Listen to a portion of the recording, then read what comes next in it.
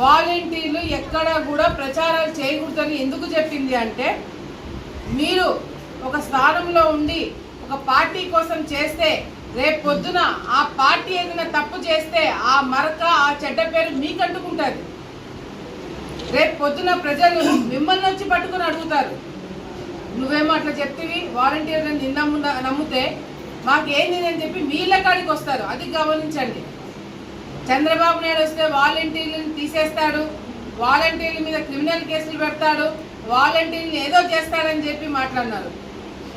వాలంటీర్లకి మీరు పెట్టిన రోజు నుంచి ఈ రోజు వరకు ఒక రూపాయైనా మీరు ఏమైనా సహాయం చేయగలిగినారా?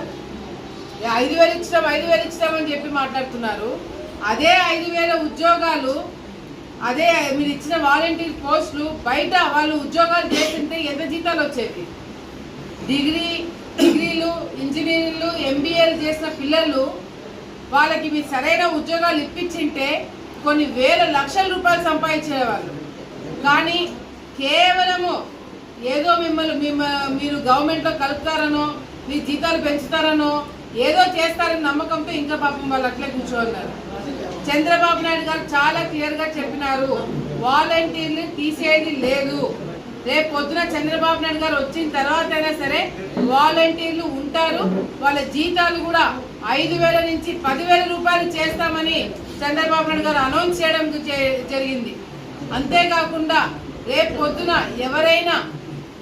ఎవరైతే వాలంటీర్లు వైసీపీ నాయకుల్లాగా వ్యవహరించినారో, ఎవరైతే వైసీపీ కోసం ప్రచారాలు చేస్తారో వాళ్ళ మీద యాక్షన్ తీసుకుంటామని చెప్పారే తప్ప, బాగా పనిచేసి ప్రజల కోసం ఉపయోగపడిన వాలంటీర్లకు మాత్రము 5,000 నుంచి 10,000 రూపాయల వరకు జీతాలు పెంచడం జరుగుతుంది.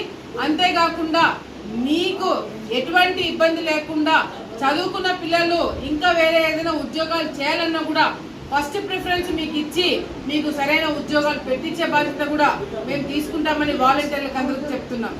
దయచేసి మీరు తప్పుదావ పట్టకండి. మీరు ఏదైతే వైసీపీ నాయకులు మీరు రాజీనామా చేసి మరి తిరగండి అని చెప్తున్నారో ఆ మాటలు నమ్మకండి. వాళ్ళు అధికారంలోకి రావడానికి మిమ్మల్ని బలి చేస్తున్నారు. రేపు పొద్దున మీ మీద క్రిమినల్ కేసులు కూడా పెట్టించడానికి సిద్ధమవుతున్నారని చెప్పి కూడా మీరు గ్రహించాలా. ఎవరైతే వాలంటీర్లు రాజీనామా చేసి ప్రచారాలు చేస్తున్నారో వాళ్ళ మీద క్రిమినల్ కేసులు కూడా పెడతారంట. దయచేసి ఇవన్నీ కూడా గమనించి జాగ్రత్తగా ఉండండి. మీరు మీ తల్లిదండ్రులను పోషించడానికి, మీ ఇంట్లో సమస్యలు తీర్చడానికి, మీకు ఉద్యోగాల కోసము వాలంటీర్లుగా ఎక్కినారు.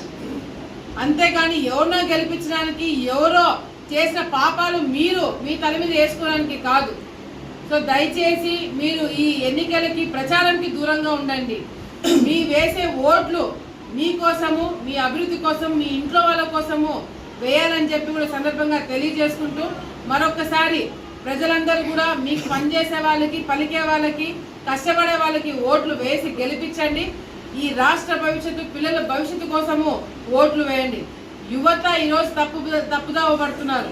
ఎంతో మంది యువత డ్రగ్స్ తీసుకొని ఈరోజు ఇళ్ల నుంచి బయటికి రాలేని పరిస్థితి.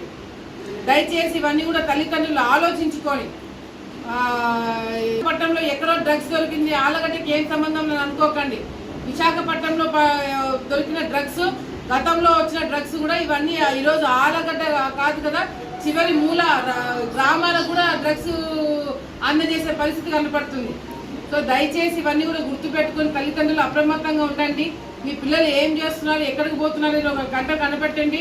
ఈ రోజు మీ పిల్లల భవిష్యత్తు, రాష్ట్ర భవిష్యత్తు గ్యారంటీగా మేమందరం కూడా ఉంటామని చెప్పి కూడా తెలియజేసుకుంటూ, సైకిల్ గుర్తుకు ఓటేయాలని చెప్పి కూడా ప్రజలందరినీ కూడా నేను కోరుకుంటున్నాను.